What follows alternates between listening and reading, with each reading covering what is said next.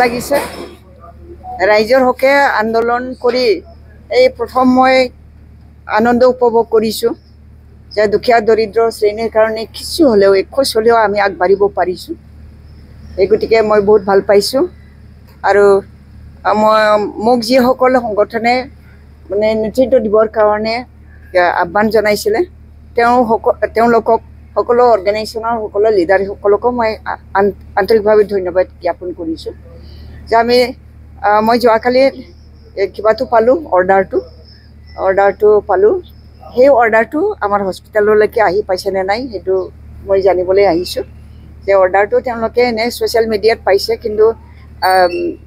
কিবাটো অহা নাই আৰু পেপাৰ আকাৰত তেওঁলোকে এতিয়ালৈকে নাই পোৱা অফিচিয়েলি পোৱা নাই তো ডাইৰেক্টৰ অফিচত আহিব পাৰে ডাইৰেক্টৰ অফিচত আহিব যি নহওক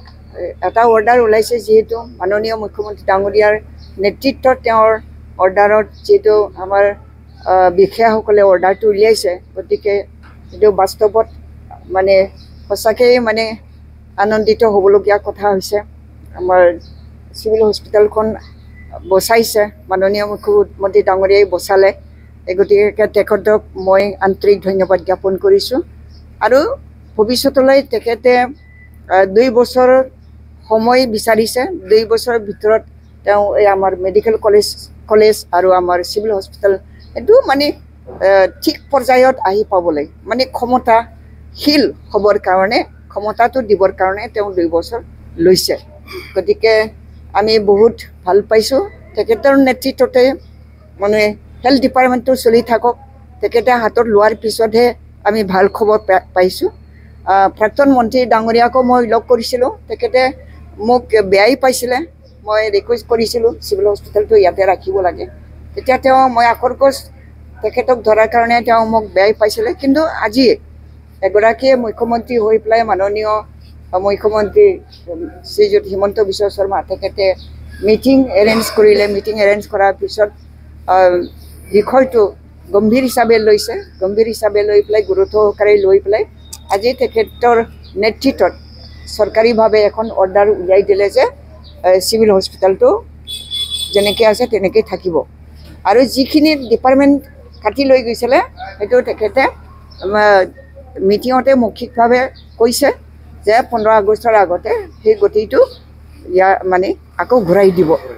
তো আমাৰ দুখীয়া দৰিদ্ৰ শ্ৰেণীৰ মানুহে মানে তেওঁলোকে মেডিকেল ডিপাৰ্টমেণ্টৰ পৰা যথেষ্ট সহায় পাব সেইটো মই আশা ৰাখিছোঁ আৰু ভৱিষ্যতেও যাতে এনেকুৱা ধৰণৰ সহায় পায় এনেকুৱা ধৰণৰ সেৱা দুখীয়া দৰিদ্ৰ শ্ৰেণীৰ মানুহবিলাকে যাতে সহজতে মানে উপলব্ধ